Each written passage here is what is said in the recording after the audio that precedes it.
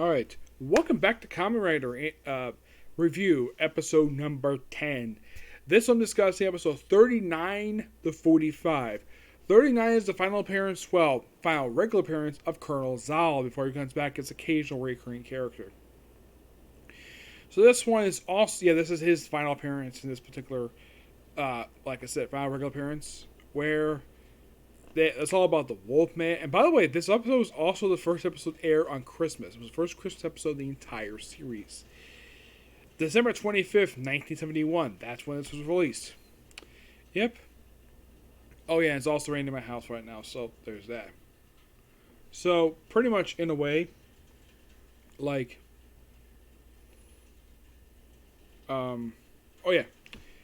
basically, like, the whole thing is all about Wolfman. There's a prototype they basically have, where there's also Zolgar who witnesses. Like, take 2 episodes in a row where a kid witnesses 2 episodes in this batch of episodes where you have a kid witnessing something monster, and of course they're kidnapped, and they're like, and then of course because they saw they have to kill the kid. Yes, this is one of 2 times happening over the course of these episodes. They also did the same thing in episode 44.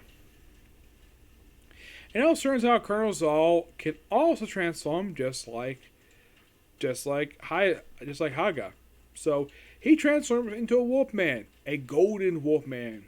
Yes, he fights him and then he basically beats him with a rider kick. Yes, and then of course the kids in the episode, like instead of saying Santa Claus, they want to see Kamen Rider, and he shows up, gives them all presents. He also brings the little girl in the episode, adorable little girl. I'm sure she's probably growing up right now. Where apparently he remembered, oh yeah, there was a doll she was supposed to get, and here she basically got her doll, and of course everyone got their toys and whatever. It's a good standalone episode. Now in the case of 40, this is a key episode. This one, just like for 39, this one is the debut of a new general, Dr. who basically is introduced like, oh, here's Dr. Death. Okay, no grand entrance for the guy, just oh, there he is, a guy who looks like frickin' Dracula with a suit. And by the way, he walks around and yet he rolls around in a wheelchair. Yeah, it's kind of weird. It's kind of thing with him. This episode is also the return of the original Kamen Rider, Hayato. He comes back. First time it's episode 13. Well, first time he was seen anyways. First physical appearance in episode 10. And Tagaki, he reunites with him. Actually, he doesn't reunite with Tagaki. He reunites with his successor, who they team up to take on the Snowman. By the way, Dr. Death was actually the commander of the Switzerland branch for Shocker, and apparently he decided to go to Japan to release the volcanic explosions. He is a little more let's just say, a little more serious than, let's say, Colonel Zal. He doesn't have disguises per se. By the way, do you know how many times in these episodes he actually leaves his base, where he goes outside? Do you know how many times? Once.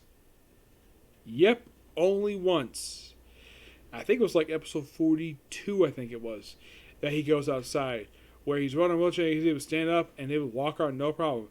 Why in the world does he have a wheelchair? No idea. So, and they also, and of course they meet up with, of course they choose 2 brand new characters. One is Emmy. Yep, she makes first appearance in episode 40. And in the case of the other ones,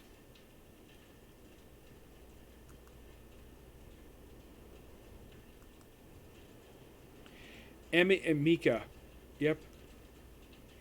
And they're, in the case of Mika, she's here for pretty much the rest of this arc, and then she's dropped.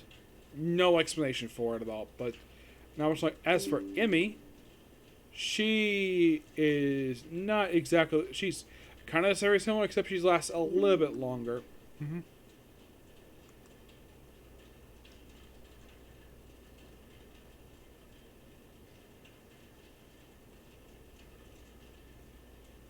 Yeah, and for some reason, some of them basically be dropped by the time that, one basically does stay around for pretty much the rest of the whole era, and that's Yuri. Yeah, and in case you're curious though, does she appear in these episodes?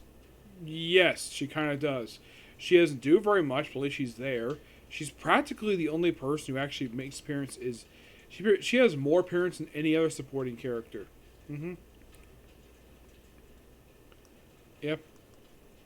It was also the first time we had two comrades team up in this one. Yep. By the way, M. Miki, they were actually referred to as the original comrades' assistants. Now, here is a question I like to ask. Where's Rinko? She was last heard traveling with him. And she's not mentioned here. What happened to her? Could she possibly have been killed by Shocker? Never revealed. She is dropped from the series without any explanation, and she never appears ever again. Nope, never does. Yep. But of course, they vow a snowman, which if he, and then we have an episode 40 where they bring back several dead monsters. Oh yes, definitely.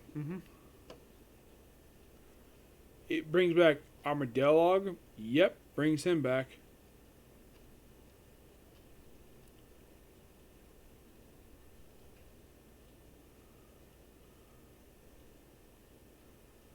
Yeah, to basically team with the Flyman. Yeah, actually, of Forms 42. They bring back Armadillog and Magarog. Yeah, for him, it's his final appearance until the Rider vs. Shocker movie. Yep, so as in the case of episodes where they bring back dead monsters, well, there is one other episode that does that, but in the case of this batch, nope. 41 is one of two that happens with. There's some that happen a little bit later, but not currently. Nope. Oh, in case you're curious though, because I'm up to 45.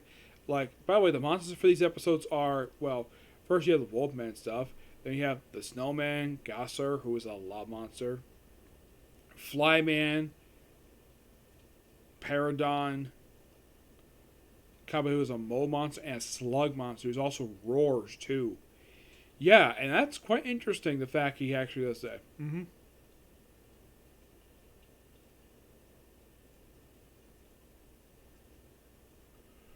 Yeah.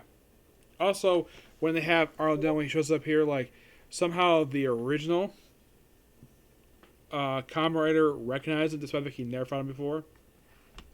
Maybe got info from the current Kamen Rider. It's possible. Yep. Though he's briefly brainwashed to fighting his successor, though he thinks he's killed. Nope, he's freed. And also, like, after 41, he does not appear again until 10 episodes later, where he becomes a regular character in the series again for 51 up until 98. Yep.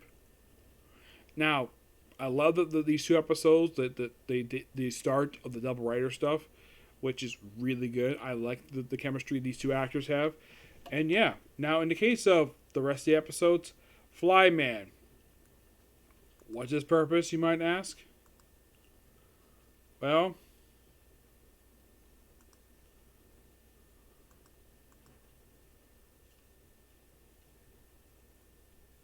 he was just a guy who just was kidnapped by Shocker, became a... He was a guy who did hit and run on kids, and apparently didn't care the fact he had kids. So, Doctor was like, capture immediately and make him the Flyman. And they do. Makes it Flyman, and his only objective is to kill Kamen Rider. And he doesn't succeed at that. He eventually is destroyed by Kamen Rider's brain. But it's a very interesting idea. No grand plan to blow up stuff. Nope, just kill Kamen Rider. Which is interesting to say the least. Yep, but in the case of the very next one, per se, after the Flyman, the Paradon monster, his job is to simply... I mean, he appears in this episode, and then he appears in the movie, and that's it for him. Yeah, only one appearance in the main series plus movie. Yeah, his whole purpose is basically just to brainwash people. Oh, pretty much anybody do his bidding, and then of course she's freed. Yep, she is freed, and well, all because of device Taki, of course. And the whole thing of this one is to kill a scientist. Okay, all this one just to kill a scientist, and that's simply it. Yeah, very interesting plot. Why kill this random scientist? Do not know. It's particularly quite weird. In the case of 44, a mold monster. Yeah, him, kill a lot of people. Yeah, he also kidnaps two twin girls to do his bidding. Yep. And just ran kill a lot of people. And the last one, which is a slug monster, roars for some reason. Yes, a slug monster roars.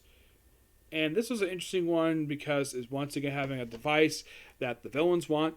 And of course, Gamo basically, obviously, oh yeah, really cool device. Shocker's probably going to steal it. Yeah, it was so obvious they were going to steal it. And they planned it and tried to plant it in the slug brain. First they attempted it, they failed. Try again, they fail. And the third time they succeeded.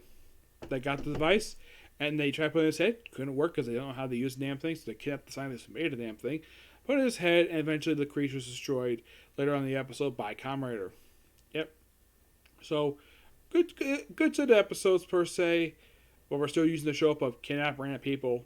But at least they do something different, like the whole thing, the brainwashing thing. Yeah, they just used that in 43, and they're doing it in 45, which that was kind of weird.